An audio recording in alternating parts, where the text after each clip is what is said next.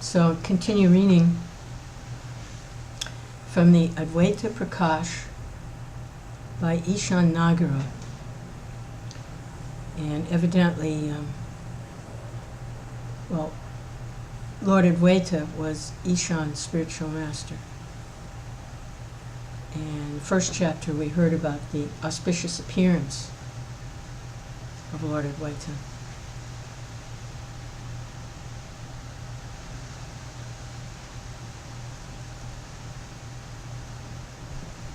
So, we continue on.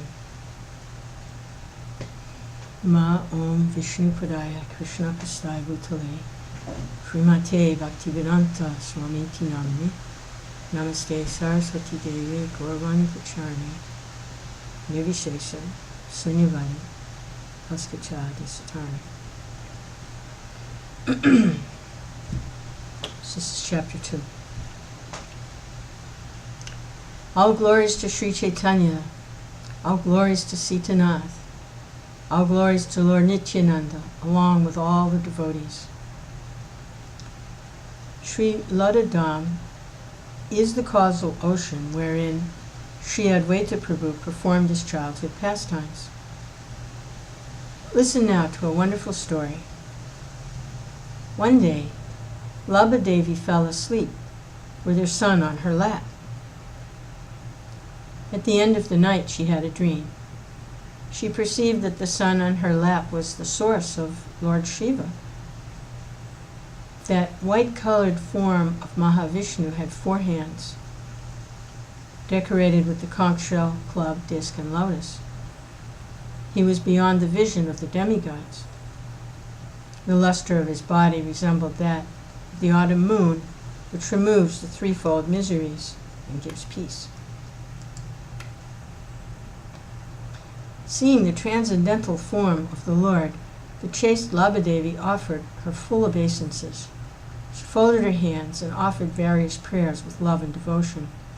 The Lord then inquired, "Why are you praying to me?" And Labha Devi said, "Please, give me the water that has washed your lotus feet." The Lord said, "How can I do that? One's mother and father are as respectable as the Guru." Labha Devi said, "You are Sadashiva, the spiritual master of the entire creation. You remain everywhere in innumerable living entities. You are the origin of all creations, so who can be your mother? You're Mahavishnu, the father of all living entities. Your holy reddish feet are the seat of millions of places of pilgrimage. Simply by drinking the water that has washed your lotus feet, the living entity attains liberation. Therefore, O Lord, please give me the water that has washed your feet." Advaita Prabhu said, "Do not ask for this again. If you like, I will call all the holy places of pilgrimage here. Then you may bathe, drink, and execute religious duties." When Labha Devi awoke after that wonderful dream, she remembered Lord Narayan and sat down. She exclaimed, "What a wonderful dream I had." According to astrology, whatever one dreams at the end of the night comes true. Advaita woke up and asked, "Mother, what are you saying?" Labha said, "I had a dream." Advaita inquired, "Please, tell me what you have seen." Labha Devi said, "There's no need for you to hear about it." Advaita said, "Please, tell me about the dream. Otherwise, I will stop chanting and dancing." Labha Devi said, "Listen, darling, you're just a child and will not understand. And if I tell you, what benefit will you get?"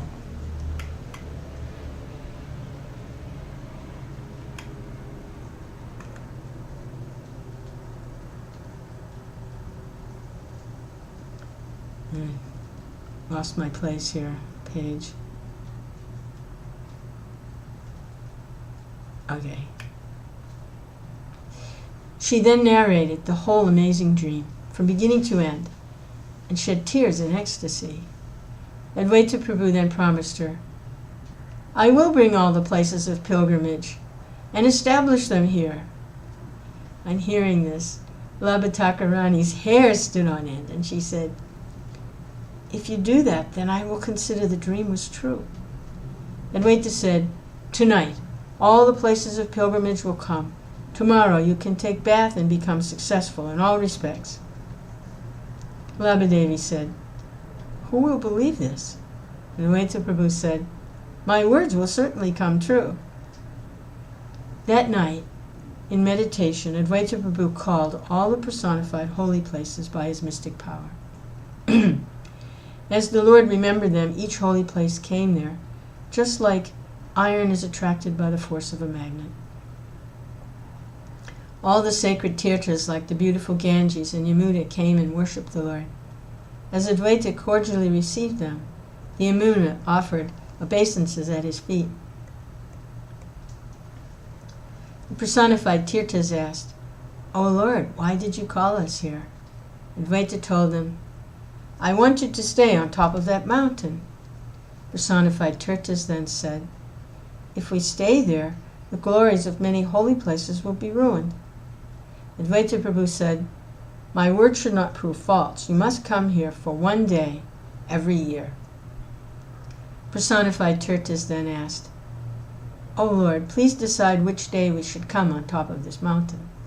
And Advaita Prabhu said, "You should promise to appear on the auspicious 13th day of the waning moon in the month of Madhu, March or April."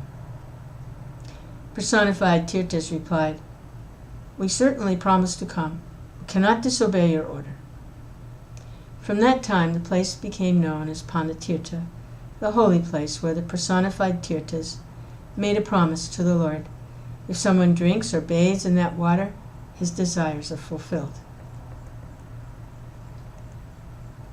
Advaita Prabhu ordered the tirthas to remain on top of the mountain as waterfalls. And the tirthas accepted the Lord's order and performed pastimes on top of the mountain. In the morning, Advaita Acharya informed his mother that all the holy places have appeared on top of the mountain. When Mother Labha inquired as to how she could believe this, Advaita replied, "You will soon see something wonderful." Advaita Prabhu took his mother and went near the mountain. He then blew a conch shell, played a gong, and loudly chanted the name of Harih. All of a sudden, streams of water began falling from the top of the mountain. "Dear mother, see how your body is bathed by the nectarine blackish water of the Yamuna. See the other side, where the pious nectarine water of the Ganges, which derides the transparency of quartz, is coming to bathe you. Again, see the pious rivers, some red, some yellow, all showering on your head with a sweet, melodious sound." Labhadevi was amazed. She offered obeisances. Then, with love and devotion, she took her bath and gave charity. Since then, that place has become a renowned holy place of pilgrimage. If one takes bath there during the Varuna Yoga, he gets many auspicious results. Sri Kuvera then joyfully let his son, Kamalaksha, study with the son of the king. Advaita Prabhu was a Shrutidhar who could memorize anything by hearing once. When he studied Kalapa grammar, he understood the meaning of each aphorism by reading it only once. In 3 years, he completed the entire book. People remarked, "Kamalaksha has attained transcendental knowledge." Now, listen to this amazing incident. One day, Kamalaksha and the son of King Divyasingha went to the temple of goddess Kali. The prince devotedly offered obeisances to the stone deity. As Kamalaksha was standing there enjoying the beauty of the deity, the prince told him to offer obeisances. Kamalaksha didn't hear him, remained standing there. So the prince got angry and rebuked him. Then Advaita became angry and roared out, and the prince fell unconscious to the ground. Servants cried out, "Alas!" and rushed to inform King Divyasingha. When the king heard this painful news, he immediately went along with his ministers to see his son. Meanwhile, Kamalaksha ran away like an ordinary person, hid himself inside an anthill. On seeing his lifeless son, the king lamented, "Alas, alas." Meanwhile, Kuvera rushed off to find his son. After searching for a long time, Advaita Prabhu was found and taken to his residence. The king said to Advaita, "You are the greatest amongst the Brahmins. Why did you do such a heinous thing?" Advaita Prabhu felt embarrassed and said, "He's not dead yet, he's just unconscious. I will bring him back to his senses." Advaita then made the king's son drink charanamrita, water that has washed the lotus feet of Lord Vishnu, and the prince regained his consciousness. Water that has washed the lotus feet of Lord Vishnu has a transcendental power that even Lord Brahma and Lord Shiva cannot fathom. By simply remembering the water that has washed the feet of Lord Vishnu, one gets the same auspicious results as obtained by visiting holy places and bathing in sacred rivers. Seeing his son come back to life, the king became joyful and satisfied the poor and the Brahmins by distributing wealth and charity. When people said that everything was auspicious now, Shri Kuvera thought that the disturbance was over. Therefore, on an auspicious day, the wise Kuvera gave his son the sacred Brahmin thread. In this way, Advaita Prabhu was sanctified by entering the Brahminical order in his Baganda age, 6 to 10 years. He looked pure and sublime. Advaita then studied various literatures as well as the art of literary embellishments and the science of astrology. Now listen to this wonderful incident that occurred during the festival of Kali Puja. As all classes of people gathered at the temple of goddess Kali, there was customary dancing and singing. At that time, Kamalaksha came and took his seat in the assembly. The king said, "Kamalaksha, what kind of behavior is this? Why didn't you offer obeisances to Kali?" Advaita replied, "The Supreme Brahman is the Supreme Personality of Godhead. He alone is my worshipful Lord. Those who follow various philosophies get bewildered, whereas those who are wise fix their minds on one worshipful Lord." Hearing his son's scholarly statement,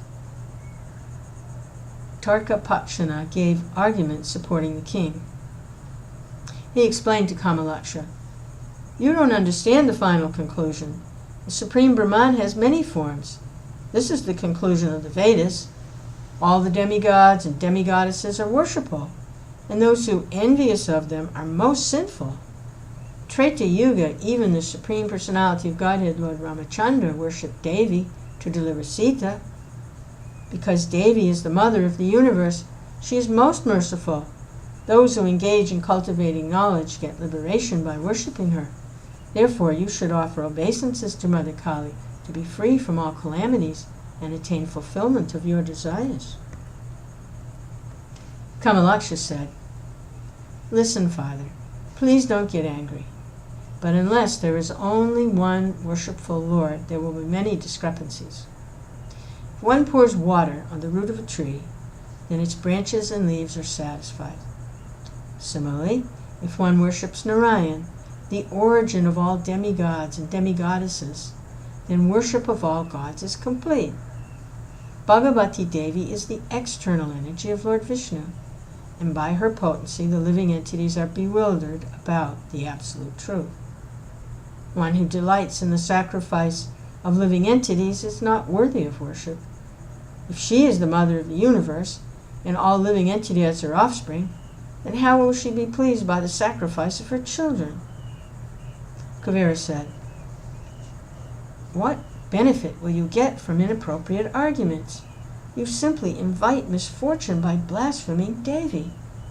A king punishes the offenders and rewards the pious according to laws of religion. Similarly, Devi gives liberation to saintly persons and leaves ordinary living entities in the ocean of ignorance. Killing animals for the purpose of sacrifice is not violence, because the animals are delivered and promoted to the heavenly planets. Advaita Prabhu said, when there is an easier method of achieving perfection, why should one separately endeavor to deliver his parents? In this way, the father and son argued in various ways, and all the people in the assembly were amazed. As one's father is considered his worshipful guru, Advaita Prabhu then stopped speaking out of respect and said, Dear father, please forgive my offense. I will now offer obeisances to Devi. Saying this, he offered obeisances before the deity of Devi. At that time, something amazing happened. Everyone present there was astonished to see the deity of Devi break to pieces. Because the deity was conscious, she was embarrassed when her master bowed down before her. The king, along with his ministers and Kuvera Acharya, were all struck in wonder on seeing this amazing event. Kamalaksha, nondifferent from Hara and Harih, then disappeared from that place while chanting Gauranga's name. At the age of 12, he went to Shantipur, where he gradually studied the 6 branches of philosophy. Praying at the lotus feet of Lord Chaitanya and Shri Advaita, always desiring their mercy, I, Ishana Nagara, narrate Shri Advaita Prakasha. Jai, Srila Prabhupada.